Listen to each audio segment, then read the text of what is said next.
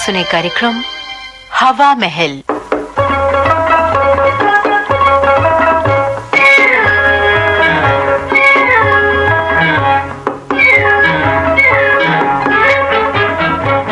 श्री मेवाराम गुप्त की लिखी एक झलकी, जिसका शीर्षक है प्यार की लड़ाई।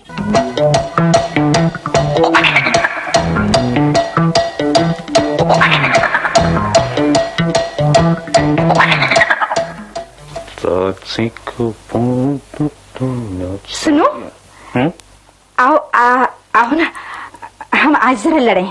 क्या? तुम्हारा दिमाग खराब हो गया है? मेरा दिमाग क्यों खराब होने लगा? दिमाग खराब होगा आपका। अरे लड़ाई करना तुम चाहती हो कि मैं? क्या आप एक हाथ से ताली बजा सकते हैं? लो, एक हाथ से कहीं ताली बजती है? एक हाथ से न ताली बजती है और न अकेले लड़ाई होती है, समझे? क्या इस बात से ये साबित नहीं हुआ कि जब मैं लड़ूंगी तब आप भी तो लड़ोगे? अरे लड़ते वो लोग हैं जिनके दिमाग खराब होते हैं, और मैं घर में लड़ाई झगड़ा कतई पसंद नहीं करता, ये तो तुम भी जानती हो। तो क्या मैं पसंद करती हूँ? लड़ने की बात तो तुम ही कह रही हो, लेकिन कोई बात भी हो जिसके लिए लड़ा जाए। बिला वजह की लड़ाई किस काम की? और फिर लड़ाई तो जहालत की निशानी होती है। क्या हमेशा जाहिल ही लड़ा करते हैं? जी हाँ, लड़ाई करना जाहिलों का काम है, बेकारों का काम है। भले आदमी कभी नहीं लड़ते। और फिर लड़ाई के लिए जब तक कोई माकूल वजह ना हो, लड़ाई की ही क्यों जाए? वजह तो साफ है और माकूल भी है। वो क्या? आप मुझे प्यार नहीं करते। हंसने की क्या बात है? अरे वाह भाई वाह, ये भी खूब ही अच्छी वजह बताई तुमने। अगर मैं तुमसे लड़ता नहीं तो गोया तुम्हें प्यार ही नहीं करता। वाह, ये कहाँ का फलसफा है? ये अवाम का फलसफा है। जाके पाँव न फटी बिबाई, वो क्या जाने पीर पर आई। अरे अम्मा, तुम तो मतलब से हटकर बेमतलब की बात करने लगी हो। मैंने बेमतलब की बात कौन सी कही दीदी? अरे सुलह के घर में लड़ाई की बात करना बेमतलब की बात ही तो है। मैं तो भाई इस बात का कायल हूँ, न शिकवा अच्छा किसी से, न शिकायत अच्छी। सब्र की खूह है भली और शुक्र की आदत अच्छी। मतलब से ही लड़ना चाहती थी, समझे? मतलब की ही बात कह रही थी और तुम हो कि बेमतलब के शेर पढ़ने लगे। बात थी लड़ाई की और आप फिलॉसफी की बात करने लगे। आपको सब्र की आदत क्यों ना अच्छी लगे? क्योंकि आप मुझसे मोहब्बत ही नहीं करते। अमान जरा मुझे और मेरी बात को समझने की कोशिश तो करो। मैं ठहरी एक जाहिल गंवार औरत, भला मैं आपकी बात क्यों कर समझ सकती हूँ? आप यही तो कहना चाहते हैं। भाई मैंने तुम्हें जाहिल और गंवार तो कभी कहा ही नहीं। हर बार तुम्हारी अक्ल और दानाई की मैंने 12 तारीफ की है कि तुम एक तालीम याफ्ता औरत हो। और इतनी तारीफ भी किसी मतलब से ही की होगी जिसका मतलब उल्टा होगा। क्या मतलब? मतलब ये कि आदमी मतलब ही होता है। मैं मतलब की बात कर रही हूँ और आप मतलब की बात सुन रहे हैं, समझे? फिर भी पूछते हो क्या मतलब? जो चाहे सो कह लो, क्योंकि मैं आपकी बीवी हूँ ना। हाँ।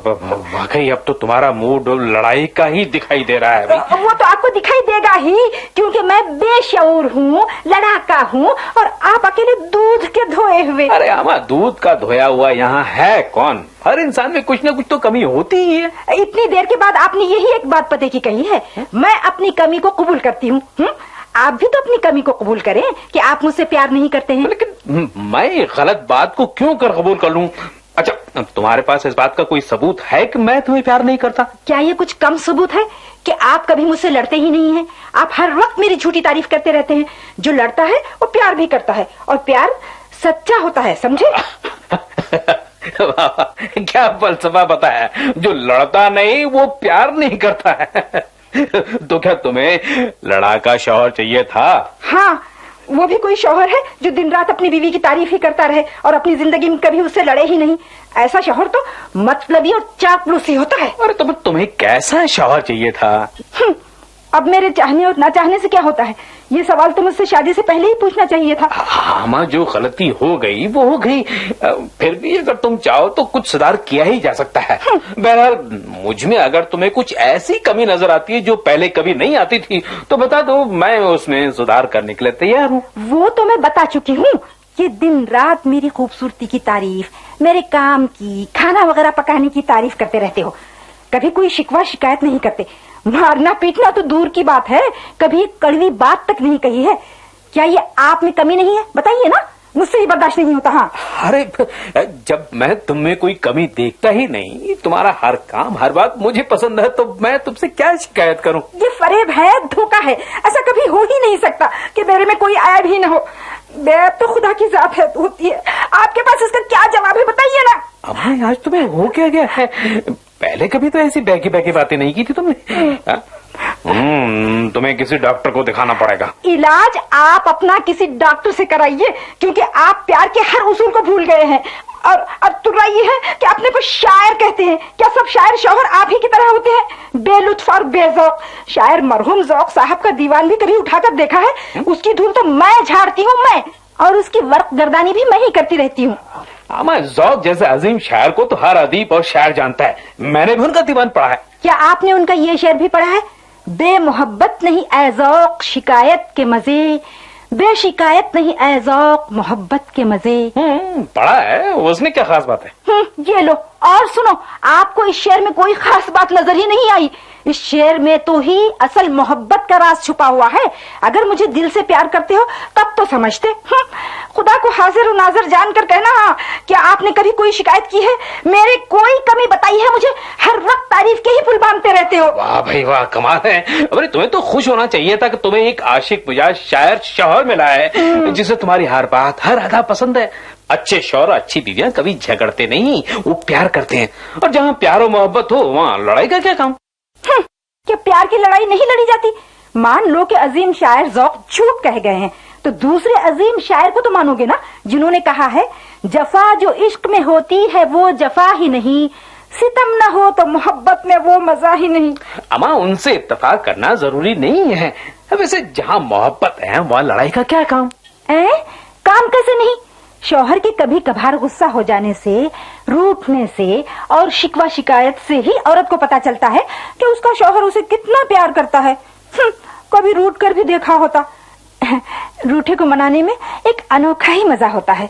आपकी मोहब्बत तो ऐसी है जैसे बेनमक की दाल या बिना शक्कर का शरबत। वाह वाह वाह, क्या मिसाल दी है आपने। अच्छा बहरहाल ये बताइए कि मुझे क्या करना चाहिए जिससे मेरी जाने मन बीवी जान की जिंदगी पुरलुत्फ बन सके? मैं तुम्हारे मुंह से सुनना चाहता हूँ। ये तो आप मेरे हुस्न की, मेरे खाने, मेरे कपड़ों की और यहाँ तक कि मेरे खानदान की तारीफ करते रहते हैं। तो क्या तुम चाहती हो कि मैं तारीफ ना करके तुम्हारी बुराई किया करूं? जब मैं तुम में कोई बुराई देखता ही नहीं तो बुराई कैसे करूं? ये धोखा है, फरेब है, मक्कारी है। जो खाविंद किसी दूसरी औरत को प्यार करते हैं वही अपनी बीवी की ज्यादा तारीफ किया करते हैं, ताकि वो बेचारी धोखे में पड़ी रहे और कुछ कह न सके। चालाक खाविंद यही करते हैं। चांद में भी काला दाग है, फिर मेरा हुस्न बेदाग कैसे हो गया बताइए ना? आप जरूर किसी दूसरी औरत से मोहब्बत करते हैं और मुझे खामोश रखने के लिए मेरी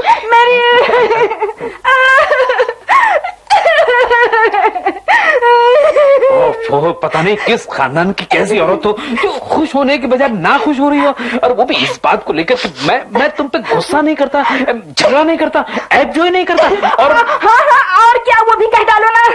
अरे तुम्हें तो अपनी किस्मत पर नाज होना चाहिए था कि तुम्हारा शौहर तुमसे सिर्फ तुमसे मोहब्बत करता है। ये मकरो फरेब की बातें आप उसी से कहना जिसके साथ मोहब्बत करते हो।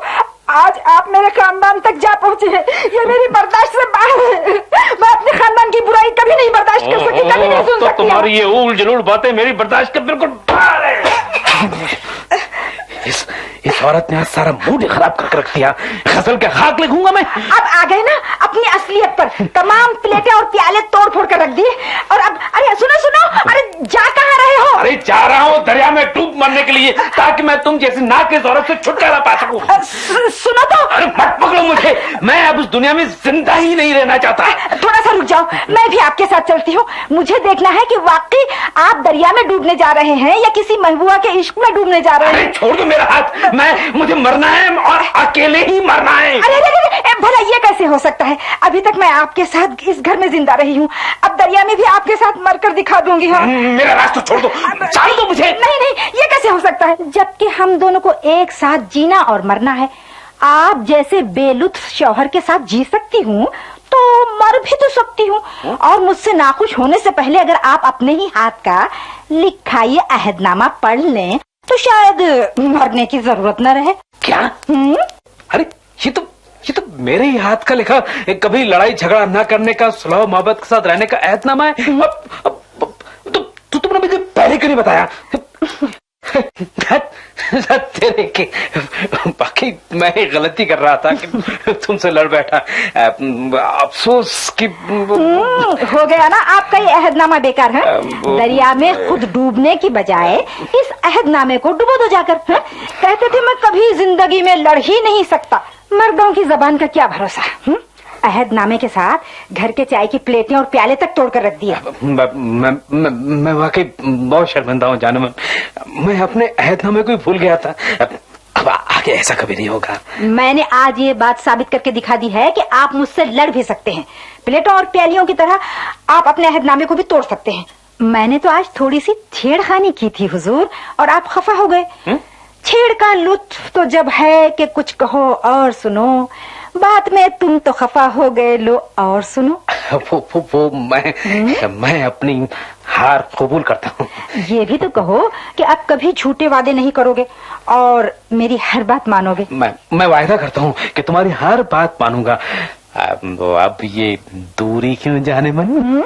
जरा करीब आओ ना। आप कितने अच्छे शौहर हैं। गले मिलते हुए जितने गिले थे भूल गई, वरना याद थी हमको शिकायतें क्या क्या। आपने अभी अभी वादा किया है कि आप मेरी हर बात मानेंगे। किया है? क्यों? क्या कोई शक है? चाहो तो आजमा लो। बिल्कुल नहीं। अब जल्द बाजार चलकर हरे रंग की साड़ी खरीदूं जो उस दिन मैंने पसंद की थी। तो ये सारा नाटक साड़ी खरीदने के लिए खेला गया था। खैर चलो चलते हैं। मर्द की जुबान एक होती है।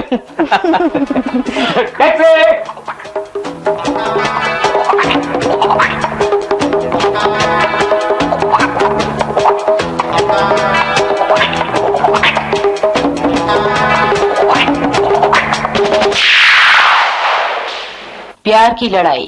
अभी आपने श्री मेवाराम गुप्त की लिखी ये झलकी सुनी। इसमें भाग लेने वाले कलाकार थे श्रीमती रफिया सुल्तान और श्री एस सी माखीजा। प्रस्तुतकर्ता अनुराधा शर्मा।